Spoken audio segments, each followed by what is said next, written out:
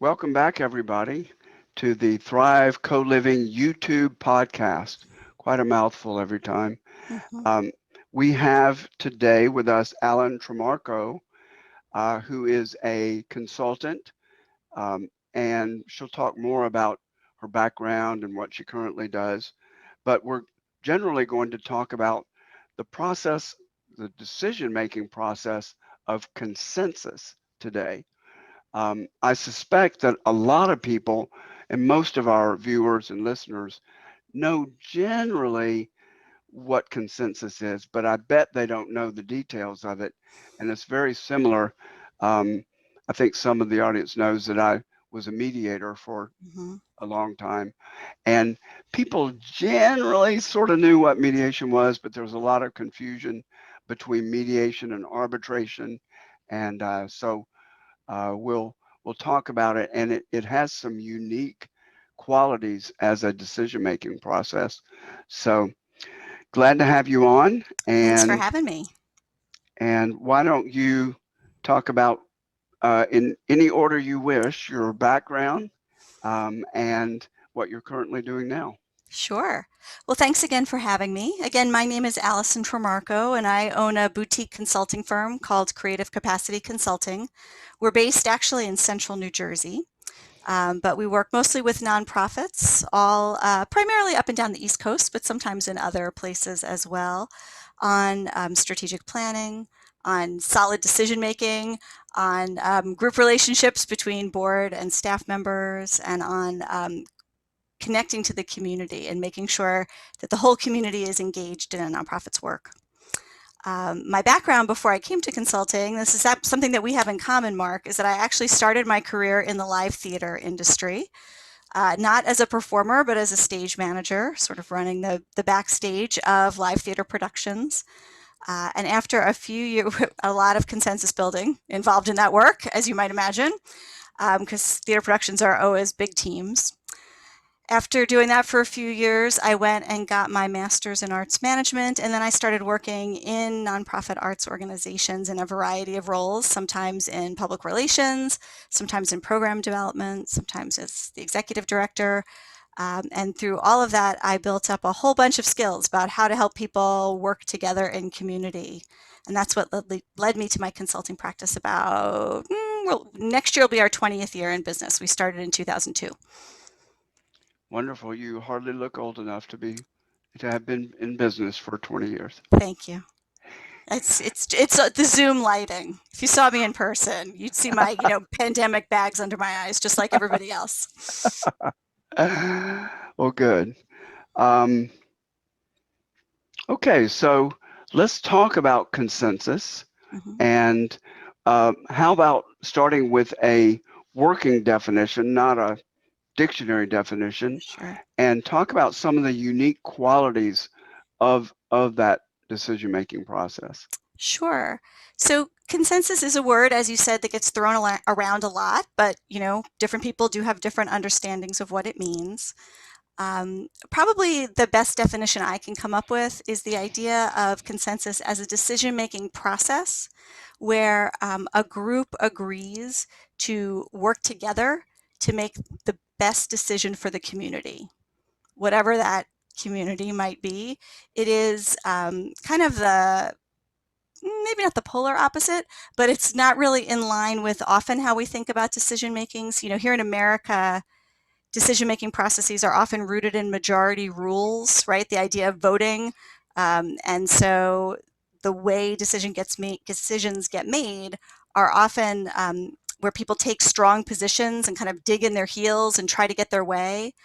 And consensus is really about a group agreeing to listen to each other for understanding, with the idea that something that somebody might say might change your mind and get us all to a place where we feel um, that a decision that's in the best interest of the community can be made. Um, we are thinking about, depending on the size of the Thrive communities, Mm-hmm. of either 50 units or 100 units. Mm. And depending on the physical structure, we would like to have uh, quadrants, and community kitchens, which would be the hub of that quadrant, being in each one of the corners Mm-hmm. in a box. And my thought is that each of those quadrants, that sounds like a terrible name for it. I would hope we could come up with We need something a else. fancier, warmer Yeah. sounding name for sure. Pod is a little too Star Trek-ish, but Mm-hmm. anyway, so We'll work on it. we would divide between them between 4 units, Mm-hmm. and hopefully to be able to arrive at consensus in each one of the units, and then bring representatives together to blend that together. Mm-hmm. Um, so I'd like you to talk a little bit about that, but first, talk about how um, one person, my understanding is that one person can stop the decision-making process. Talk a little bit about that, because I don't think most people realize that. They just think it's everybody getting together and you just get there. But Mm-hmm. um, the formal, it's not really a formal process, but the Right. process empowers one person to bring everything to a halt. Can you talk a little bit about that? Yeah. So sometimes it does. Sometimes it doesn't. I mean, one thing I really encourage groups to think about if they're going to use consensus is how they want to set their rules. I mean, you can decide, it's sort of the, I don't know, do I want to use the word classical consensus, right? The most traditional way of thinking about it.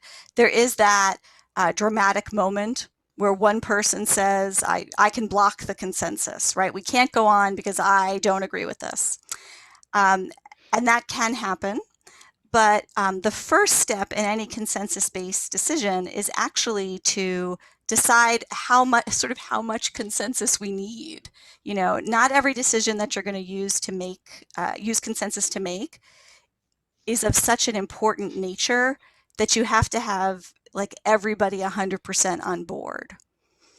Some people would say that the true definition of consensus, it's a little different than the one I gave us early in our conversation, is everybody who needed to say something has had the chance to say it, and everybody has listened.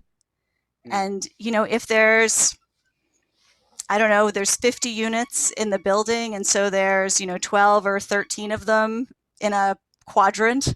Um, if one person in that group of 12 or 13 is unhappy with the decision, but the other 12 feel great about it, we can have decided in advance that that's okay in this decision. And in mm, other decisions, maybe we do need 100% commitment. So the first step of any consensus process is actually to set your decision-making rules mm, and be able to say what level of commitment do we need from everybody to the decision for all of us to feel comfortable going ahead. mm. I know in some situations, and actually it's quite common, that after a full discussion, one person will say, well, I don't feel good about it, but I'm not going to object and hold it hostage so Right. that we can have consensus. I think it's called standing down. So I'm Mm-hmm. going to, I don't feel good about it, but I'm standing down. I don't want to get in the way of consensus. And Um, yeah, that's one tool that people often use. I often, so there's a couple of things going on here before we get to the point where a consensus really gets blocked. And so question number one for me is always, is the person who is unhappy with the decision and sort of has the feeling that they want to block the consensus, have we really heard from them? Because one of the mhm, things that's best about consensus is that if you do it right, it's a much more inclusive decision-making process. I think this could be particularly important in co-living communities, right? There's nothing more important than feeling like you have a say in where you live. And so there is, if you do it correctly, there are checkpoints throughout the process that make sure that everybody is being heard. You know, I tend to say there are two kinds of people in the world. People who need to think about something before they can talk about it, and people who need to talk in order to figure out what they think about something. And Mhm. one is not better than the other. It's just a difference in human nature, right? So in one challenge of group decision making is that in a traditional process, those people who talk in order to understand what they think, they're ready to talk right away, right? You put a question in front of the group and they are good to go because they're ready to talk. That's how they're going to figure this out. If you are a person who needs to think a little bit before you want to put an opinion on the table, those people often get lost in the Mhm. conversation. And so it's not uncommon that someone comes forward to block a consensus because they haven't actually been heard. And the other people feel like, aren't we ready? And they were like, hey, I haven't really heard from me yet.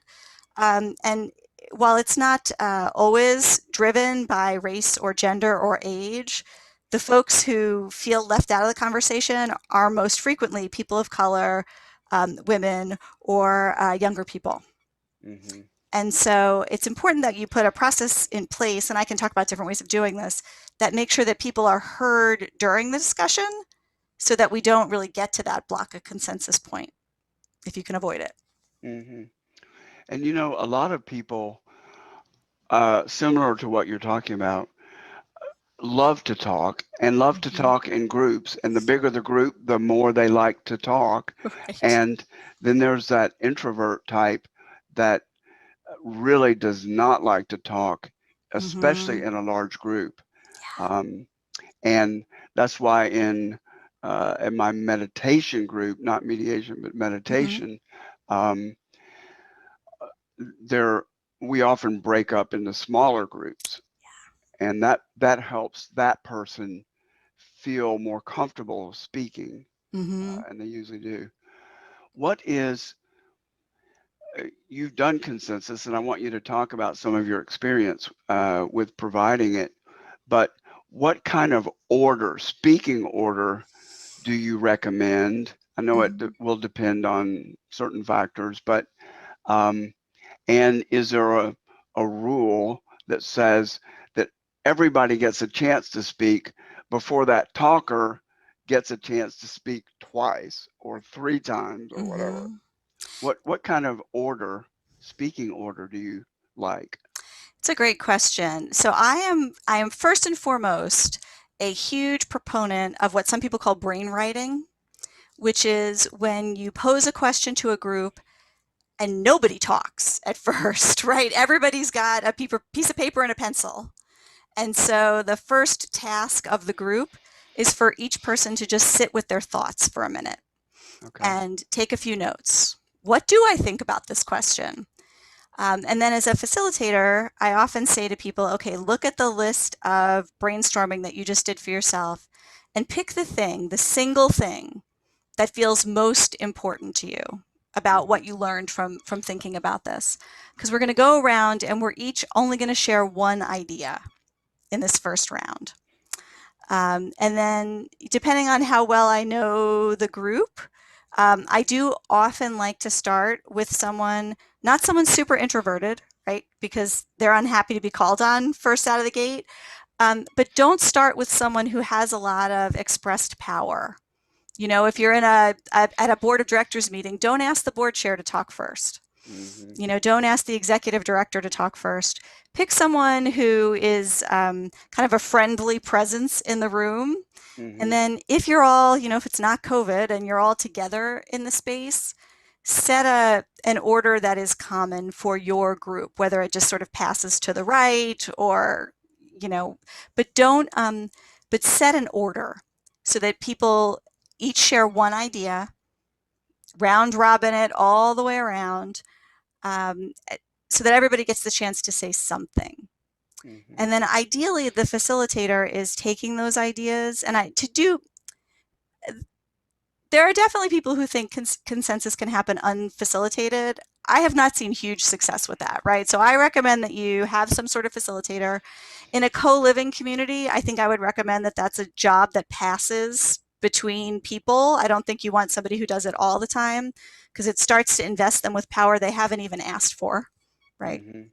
Maybe it's a job that passes from person to person every meeting or something like that. Hmm. And the facilitator is capturing ideas.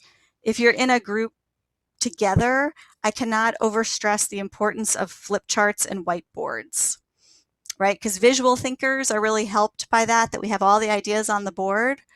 And it's the job of the facilitator to help the group draw connections from what's been shared. It's as opposed to you want to put structure on the conversation. So it's not so much that people who want to talk aren't getting to talk. It's that the talking is happening in a forward moving way, right? If there's 12 people in the meeting and 4 ideas have come up frequently, let's look at each of those 4 ideas next, as opposed to just letting Jim or Alice talk about whatever they want, right? You want to guide the conversation towards that sense that we do have places of agreement and we should be building from those. So in that initial request for them to write down their thoughts and then prioritize the top one, do you make sure that each person gives a different one? So if person A has given this topic and to person C, that is the most important topic, do they get to share their view of the same topic? A lot of times, especially if I have mediated in big groups, I will ask them to check it off the list if it's been mentioned, because then if not, especially if there are not many issues or factors, because then you get somebody you spend a lot of energy with the next person saying, well, I feel very similar to Jennifer, and and that's their strong issue or strongly felt issue. What do you like about dealing with that? I would agree. I think generally, in most cases, you want to give the group the instruction that, whoever says it first, then you've ranked some of your ideas.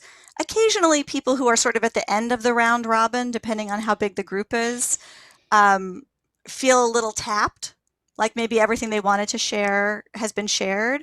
But in that case, I think if a group is large enough that that's likely to happen, your point about breaking into smaller groups can also be a way to use consensus, that if you've got a really big group, starting in groups of 3 or 4 and asking folks to build consensus in that smaller group and sort of bring us their best idea from the group of 4 and see how much alignment there is in what the smaller groups bring back. That's another way to make sure people are engaged, but not, as you say, waste too much time sort of meandering. Because I think there's a certain limited amount of energy that a group has per session. Yep. And once and somebody who's repeating themselves or taking up too much of the floor, or that they really consume the group's energy. So what do you do second round? Okay, so first round, let's talk about our most important things, issues, factors. And so what happens next? So depending on the question, there might be different solutions being proposed or different ideas being proposed. And again, here's the job of the facilitator, is to really start to shape the possibilities for the group, and say, well, so one solution that I see is we could do XYZ, or we could do ABC. Let's talk now about the relative value of those 2 ideas, right? You're sort of you're not just letting people talk randomly. You really are structuring the conversation. Okay. And I often encourage groups to set a rule at the same time they're setting that decision rule, to set a rule about how they will agree with each other, so that we don't get a lot of like, yes, Mark, you wanted to say something? Well, I just want to say that I agree with Allison. Right? You have to agree as a group that when Allison's talking, if you feel a strong agreement, you can sort of just go, yeah, like her. So I still have groups that go straight back to the 60s, right? So a little snapping, like whatever it is that makes you feel like that thing that's inside you that wants to come out and say your piece sort of has been said without running the meeting in a circle. And that's when the other way that we deal with that is the sort of method of five-fingered consensus. And this you have to set up with the group in advance as well. And essentially the process goes like this. Periodically, when the facilitator feels like there's an idea that has gained some momentum, you have to state the idea really clearly so that everybody knows what you're talking about. And then you ask people to give you their current feeling about it. And for folks for whom this is their preferred idea, they feel great about it, they would hold up one finger. And everybody's got to do it, right? This is part of the group agreement, is that when the facilitator says, I got to see where you are right now, you have to comply. So one finger means, I love this idea. Two fingers means, I'm okay with this idea. It might not be my preferred idea, but I'm okay with it. It's okay. Three fingers means, I have a big question about this idea or something that I feel like I could add that would make it better. Four means, I do not like this idea, but this is not the hill that I'm willing to die on either. You know, if other people feel good about this, whatever. And five is that, you know, I cannot agree with this idea, right? In your traditional question from earlier, like five would be people who want to block the consensus. Mm-hmm. And so first of all, it makes sure that there's nobody lurking in the group who doesn't feel good about the idea, but just hasn't said it yet, right? Because the other rule of this process is that if someone's holding up 4 or 5 fingers, the facilitator is going to call on you and say, so Mark, 5 fingers, tell me why you feel 5 fingers about this. And you have to try to answer, right? This is another agreement the group makes with itself. You can't say, it's just how I feel, or I just don't like it. No sandbagging. No sandbagging. You have to say, well, I don't like this idea because XYZ. Mm-hmm. And that moves the group towards better understanding, right? That might make somebody else go, wait a minute, you know, I hadn't thought about that. Actually, that is a problem, you know, and excuse me, maybe that is a problem. Maybe we need to think about it. Or I often in those situations also call on the people who are holding up one finger and say, what about this idea makes this your preferred idea? Mm-hmm. And if they say, well, it's because I think that it will really help us all, that sometimes makes some of the people who are for-ish go, you know, I hadn't thought about it that way. So the process helps refine the folks at either end of the spectrum, and you're getting closer to a decision that people feel good about. But you have to draw that information out from people. You can't let 1 or 2 people control the conversation and then say, so is that okay with everybody? Okay, good. We have consensus, moving on, right? Mm-hmm. You have to actually process it as a group. And give it some time for those slow, deliberative people mm-hmm. to let it sink in. Yep. What about time limits on the session? Yeah. You know, I could see how, you know, if you set it big enough, let's say it's a moderately important issue and you mm-hmm. say 2 hours. That's plenty of time, but then if it's going to drag out, you know, for 3 days, right. then you're not wearing everybody down to, or I guess you don't want it to people to feel any time pressure, because that's going to increase the intensity and all that. So what are your thoughts about setting time parameters? Would you ever do it? Yes, for sure. And not necessarily like we have to make a decision, but I think it's wise often to say we can talk about this issue for X number of minutes, hours, whatever. And then if we don't have consensus, we're going to step back from it and work on understanding why we have such strong opposing feelings. Mm-hmm. There's kind of a mental image, and I think it comes from, you know, I myself am not a Quaker, but I'm just outside Philadelphia. So I've worked with a lot of Quaker organizations in my time. Even they don't do consensus like this anymore, right? There's a Quaker religious practice where people sit together and sort of wait until they feel led by God toward a decision they can all share. They don't even call that consensus anymore. They call it sense of the meeting, where people feel their shared faith lead them to a decision that feels right for everybody. Hmm. Most groups, even a co-living group, isn't going to have that necessarily, right? Like religious faith is a really powerful thing. And so you do want to put some limits on it, and the group should set those limits. The challenge of consensus in those situations is when there might be external time pressure. So it's not so much like we're not ready to make a decision, but something about our decision impacts a decision that is being driven by an outside timeline. A And then, contract has to be signed for some service, whatever, or you lose the opportunity. Yeah, I get it. and so then you do, as a group, have to agree what's our plan. I mean, something else to think about in these kinds of consensus-driven decisions is that, you know, unless the group is organized really informally, in which case these issues won't come up, there's some group that holds the legal authority of any organization, right? Whether it's a board or, some other model.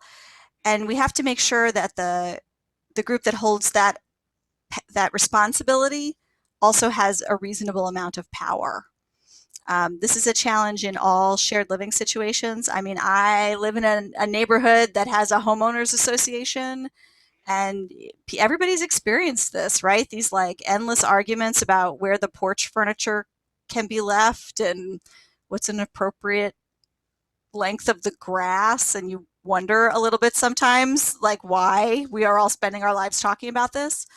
And that's, you have to at some point decide which decisions will just lay with a group that aims for consensus but can vote, and which decisions are so important. And, when I look at your model for these co-living communities, it almost feels to me sometimes like the decisions that are made in the quadrant, how we live, how we use our shared space, when it's quiet, when it's noisy, how we treat visitors, those kinds of group decisions um, are almost more important to make in a consensus-based model than some of the sort of homeowner management decisions, which are business decisions.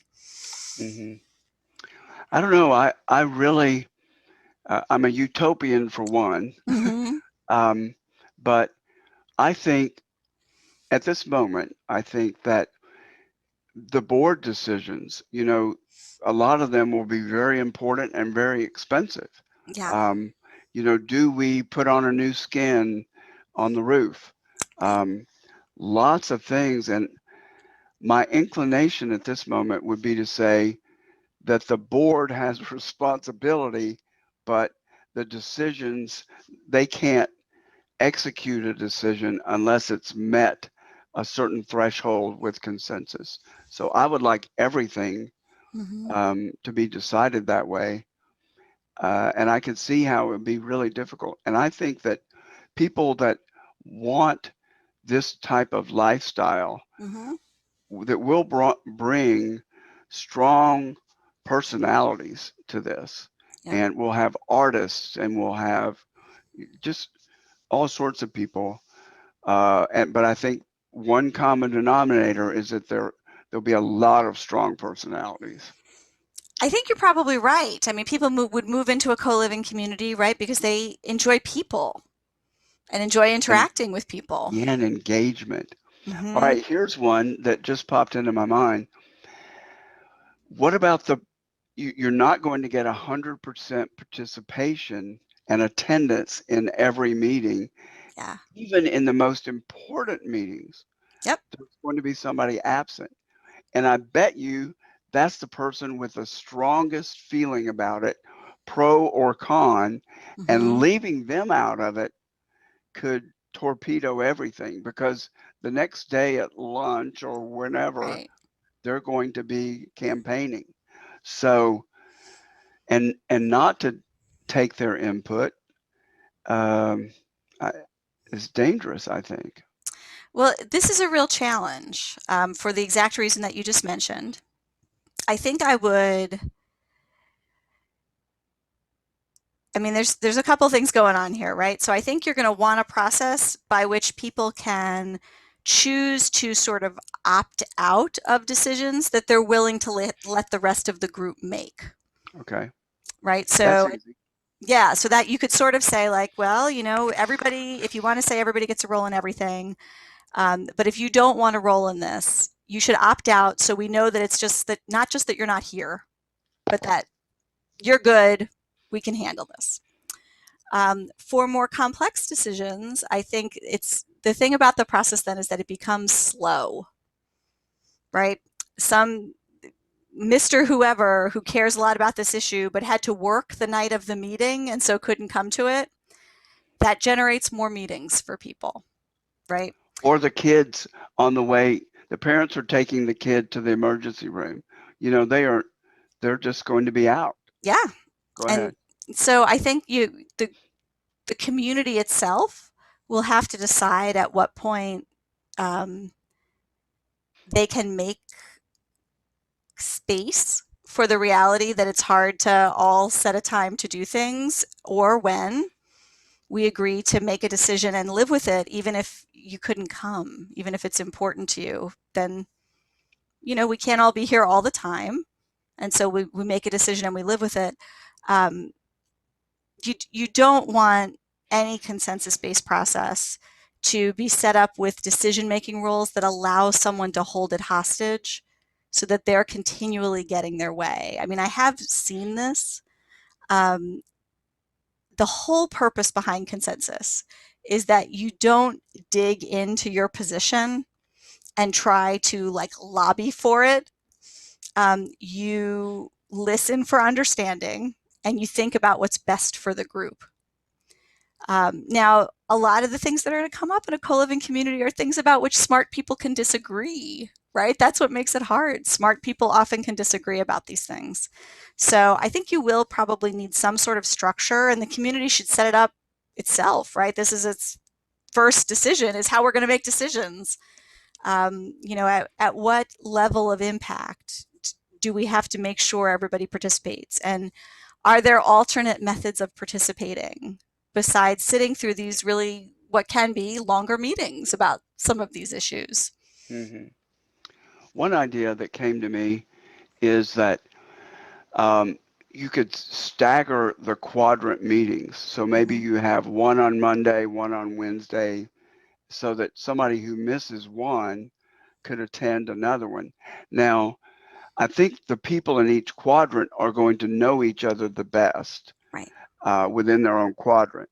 But I think after maybe a year, everybody is going to for sure know the others by their At least by face. sight. Yeah. Um, but they're not going to know that person as well as they know other people in their quadrant.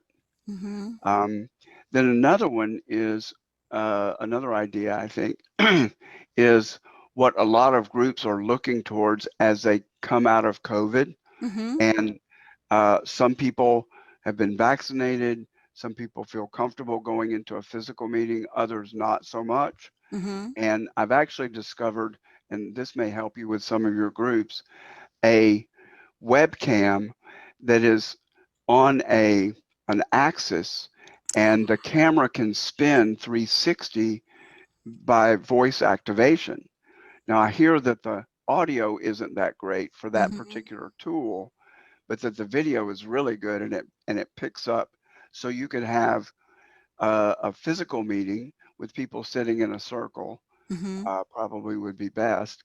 And then those that can, they're not on the way to the hospital, but they're sick, and Right. then they could attend in Zoom and Mm-hmm. have a good combination of that. I guess you'd have everybody up on the screen somehow.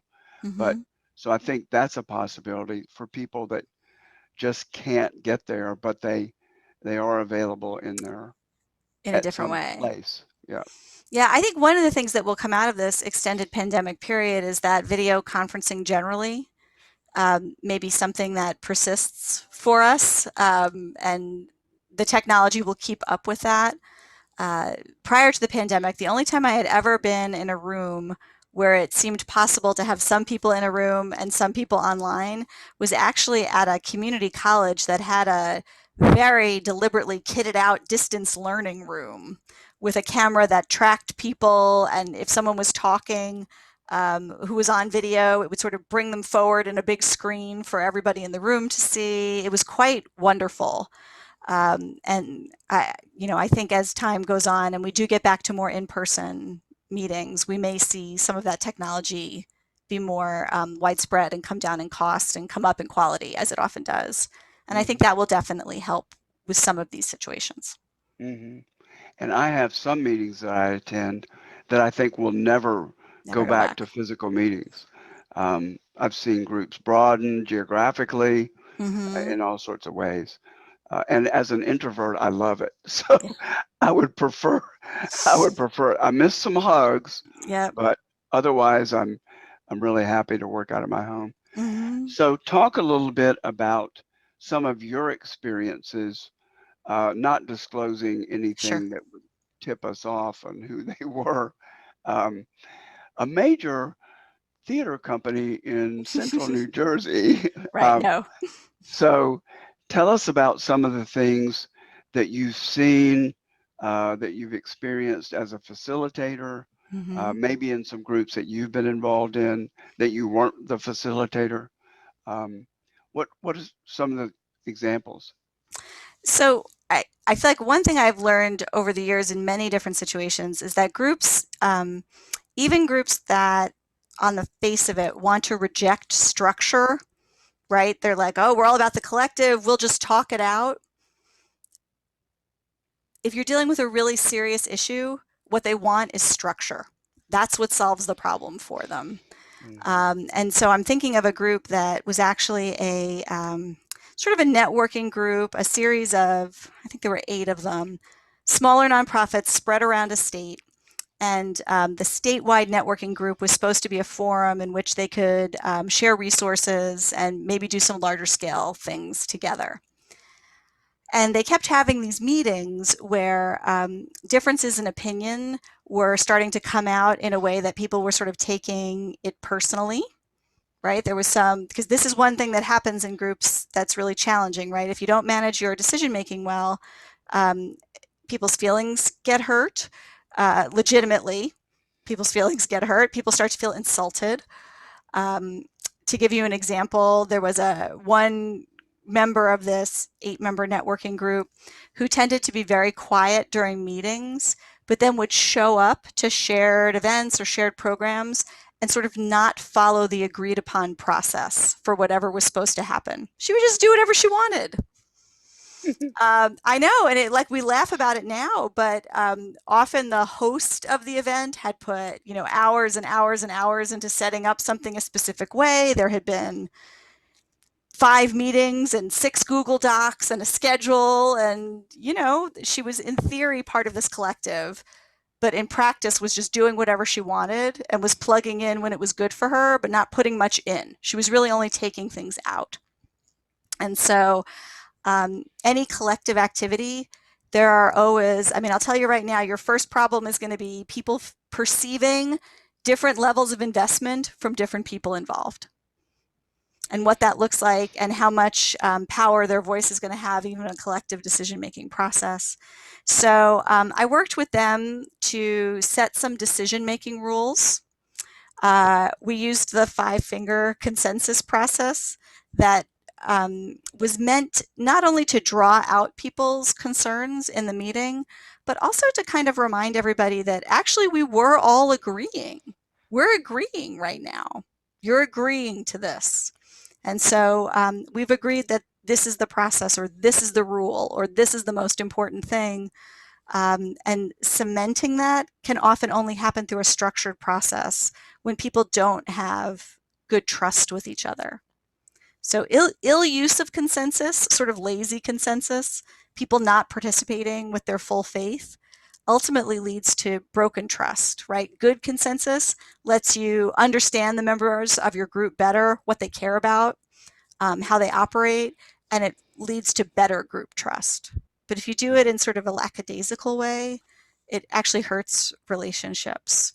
So I think that's really important. I learned a lot from working with that group, that their efforts to be flexible and unstructured were actually what was killing them. The minute they made like decision rules and said, well, we're going to work towards consensus, and in these decisions, this is what consensus looks like, and in this decision, then someone could block a consensus, they felt a lot more confident in each other. And you want consensus to give members of a group confidence in each other, right? That if we all agree to this, we're all going to hold that up, whatever that looks like. It's very much a trust-based process. Some other examples? I would say another sort of thing to be wary of is when you're trying to use consensus to reconcile like really deep-seated disagreements about the purpose or the values of a group. Consensus is probably the best way to go there, so I'm not discouraging people from using consensus, but those are the meetings that go on longer than anybody wants, or where you get folks in a position where they agree not to block a consensus, but they don't feel good about what's happened. And so you get what I sometimes call malicious compliance, right? And that's where you get sort of the absolute bare minimum of compliance, so that people feel like they can say, oh, but I blah, blah, blah, but they haven't actually complied with the spirit of whatever was decided. I'm thinking about a little nonprofit newspaper that I worked with at one point, and they were having some sort of values issues about how they worked together and who was respected and who wasn't, and that kind of thing that we were trying to resolve through a series of consensus-based sort of work rules and workplace practices. And one of them had to do with because it's a newspaper, right? It's a publishing activity, so things move from one piece in the process to the next in an orderly and timely fashion. And we made some sort of rule about handing things off more clearly, right? That when you've finished your piece of work, you'll hand it to the next person who has to work with it. And they had one staff member who really felt unseen in this whole process, in spite of efforts to help him be seen. And he continued going forward. He would like take a piece of completed work and leave it on someone's chair, as opposed to handing it to them. And so he would do things like leave it on someone's chair, even if that person was out on vacation this week. And people would be sitting around waiting for the work to come, and he would just go home. And then he would be like, but I left it on Mark's chair. I didn't know Mark was on vacation this week, even though Mark's like computers off and his chair's pushed in. And, you know, that's malicious compliance. And so you have to be careful when you're using consensus that you don't build a rule that people are agreeing to and not actually intending to carry out in the depths of their heart. In a workplace, you have supervisors who can follow up with people and talk with folks about their implementation of the consensus. In a more shared space, like a co-living community, you know, if you have completely shared leadership, you have to decide how you will approach community members who maybe aren't living up to the spirit of a consensus, even though they might technically be doing whatever the rule says. You know, what is it about it that's disruptive to our group? And if they don't really agree with it, they're just not wanting to object, then they will be the ones at community lunches, dinners, that are trying to subvert, you know, and undermine and whatever they have to do if they feel strongly about the issue. Right. So that's terrible. Well, it's important to get to those folks, you know, because there is a personality type that struggles with consensus, because they, you know, one of the most sort of revelatory experiences of my career was when I was a relatively young executive director. And we had a fairly flat organizational hierarchy. I was technically the executive director, but we did a lot of shared decision making. All the board meetings were completely open, and members who were not on the board would come all the time and participate in conversations, even though the board had to sort of hold authority in the end. And we had a board member who was just a troublesome guy. We felt like he was always stirring the pot. He was always getting people upset. He was always criticizing people. Whenever a decision got made, he was always the one who would block the consensus at the last moment. And I didn't know a lot about consensus yet, right? So I didn't know how to head him off at the pass and bring him into the process yet. And I didn't realize in one particularly thorny meeting, after I had already resigned, but I hadn't left yet, he said, you know, this is a good meeting. There's a lot of conflict. And if there's not conflict, nothing's happening. And I was so like taken aback that I could have worked with this guy for years and not understood that his whole understanding of progress was like argument. That if we weren't arguing, we weren't actually talking it out. Like if tempers weren't flaring, then we couldn't possibly be reaching consensus. And so you have to understand people's personalities a little bit. And the group gets a character to it over time. Oh yeah, definitely a personality. Mm-hmm. What about pulling? Let's say you try to reach consensus. You're at the end of your time frame. You've got one person that's really hanging on to opposition. What about in between that meeting and the next meeting, the facilitator pulls them aside because a lot of it may be that they're not feeling heard. There's something there. In mediation, this is referred to as a caucus, but Right. there's a level of trust that's lost whenever you meet with any individuals or group of individuals. Right. So can you do that to help somebody feel heard without the rest of the group feeling betrayed? Yeah. So how neutral is the facilitator is a really good question. And in a business setting, the facilitator is often neutral, right? They're not that different from a mediator. There's someone who's been brought in from the outside who doesn't have a stake in what happens. And so they are neutral. I often tell people like, I'm here, I'm Switzerland. I have no stake in what happens next, right? Anybody can talk to me. I don't repeat it to other people. But in a living community, particularly if you're taking turns being the facilitator, right, everybody's got a stake, sometimes a pretty high stake. So the group has to kind of set their beliefs about what to do. If you've had a discussion about something and you're coming to the close of the conversation without a consensus being reached, the last step in that conversation then is to say, what are our options for getting to consensus? What do we need to do? Is there something we need to learn? Is there something we need to go away and think about? Does a small group, do two of us, want to agree to sit down with Mark this weekend and talk this through a little bit more and see what our options might be and bring something else back to the group? So I would say in a situation like that where everybody's got such skin in the game, I would want the group to sort of agree on what the next step is, which might be a caucus. Sometimes caucusing is what is necessary, right? But I would want the group to agree as opposed to anything that would feel to other people like a, you know, back alley decision, right? Where a couple people go outside and make a decision. And when you start to do that too, you also bring up questions of equity, right? Who those people are who are making decisions when they go somewhere outside the space together, or, you know, they all go to the same gym or they all work at the same place or whatever. And then you start to get that, well, if you really want to have any power in this quadrant, you have to also belong to whatever organization. And you don't want any of that. I mean, that's the antithesis of what you're reaching for there.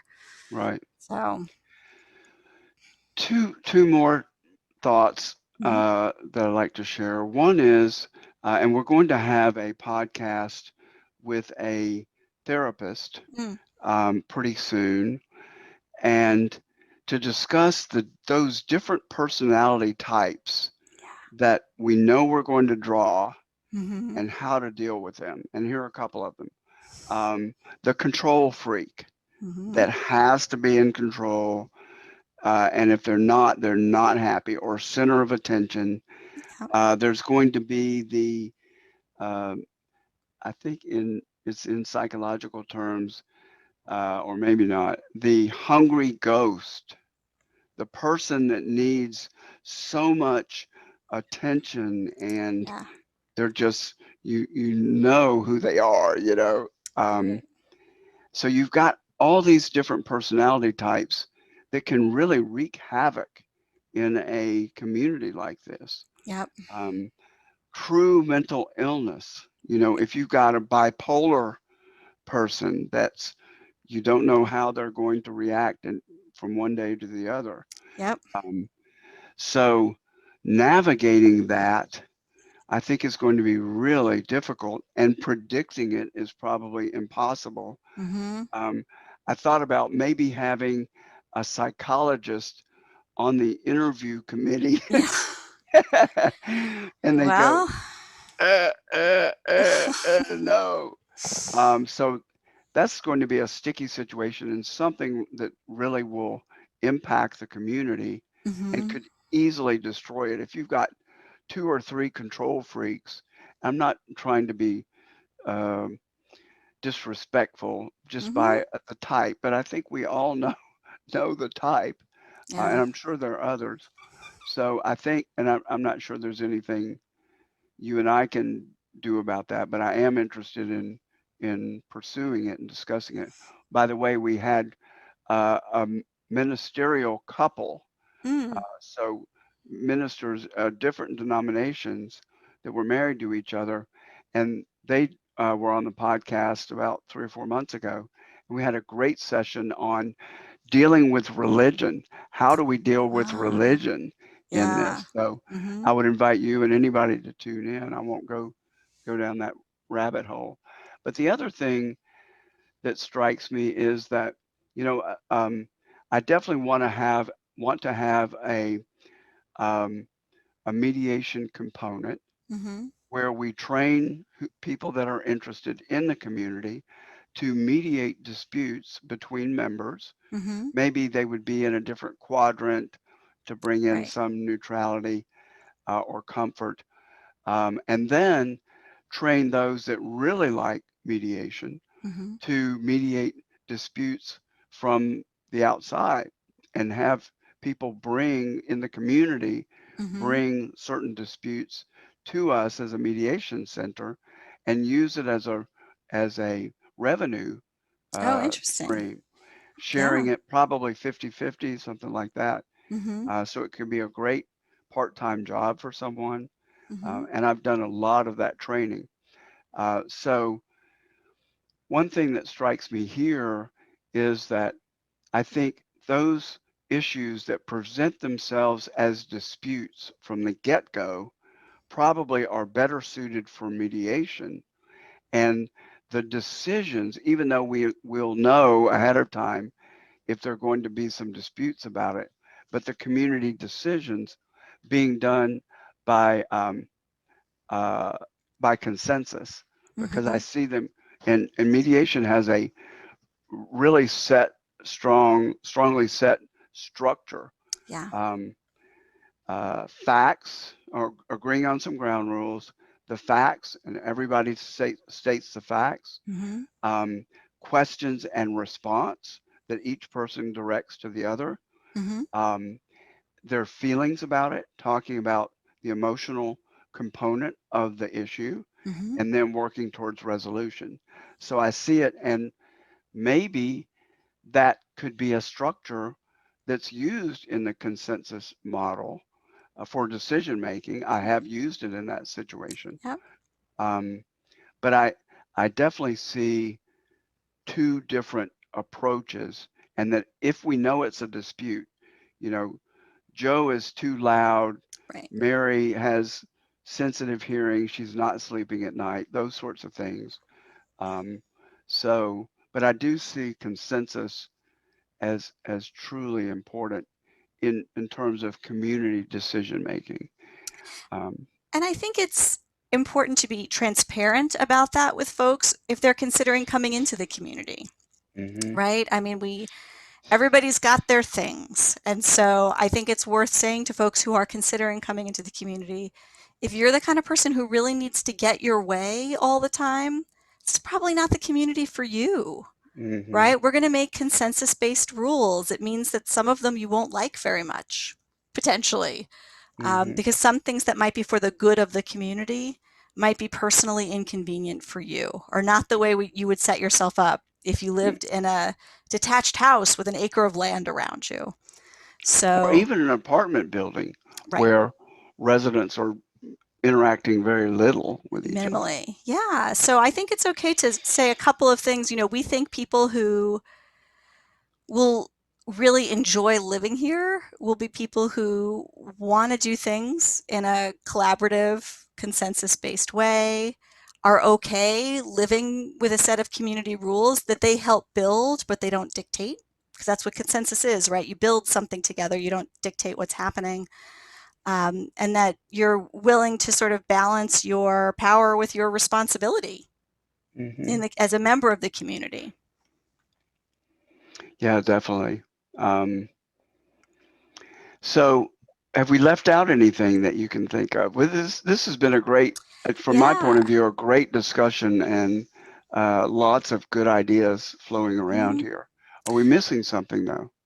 I think the only thing that I would close on is a reminder that as we're all sort of reaching for a more inclusive way of being together that doesn't necessarily rely on the most standard practices that we're used to, Um, consensus is a great tool for that, right? Working collectively is a way that does embrace people of different personalities, of different backgrounds. And so when if you're reaching for the idea that we can all live together in a really thriving way, I think consensus can be at the heart of building equity into the community.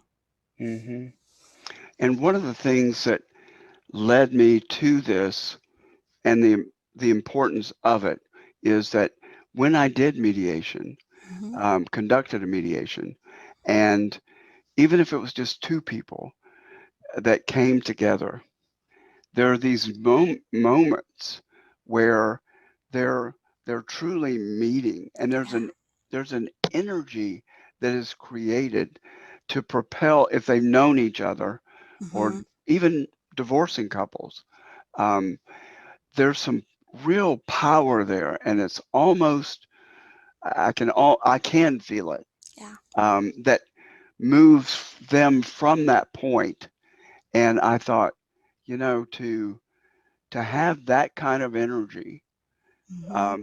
and the transformation that comes from collective decision making, it can be so powerful and so enriching, and Yeah. the experience of going through that. So I really want that for these communities. And I know everyone will be different. They'll each have their own personality, and each Hmm. quadrant will have its own personality.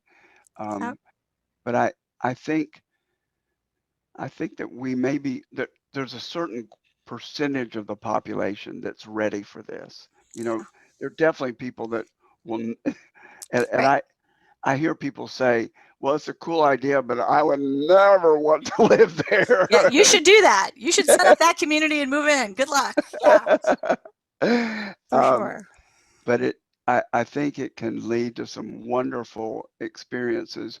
And the the main problem we're trying to solve is this epidemic of loneliness that was in full bloom before COVID, and Yeah. now after COVID, I think even people that didn't value community, or family, or a Hmm. sense of family, that there are going to be a lot more people who missed it so much that they want to have that experience. So I I think think so. the draw to it will be even stronger, coming out of this. I hope so. Hmm. I hope so.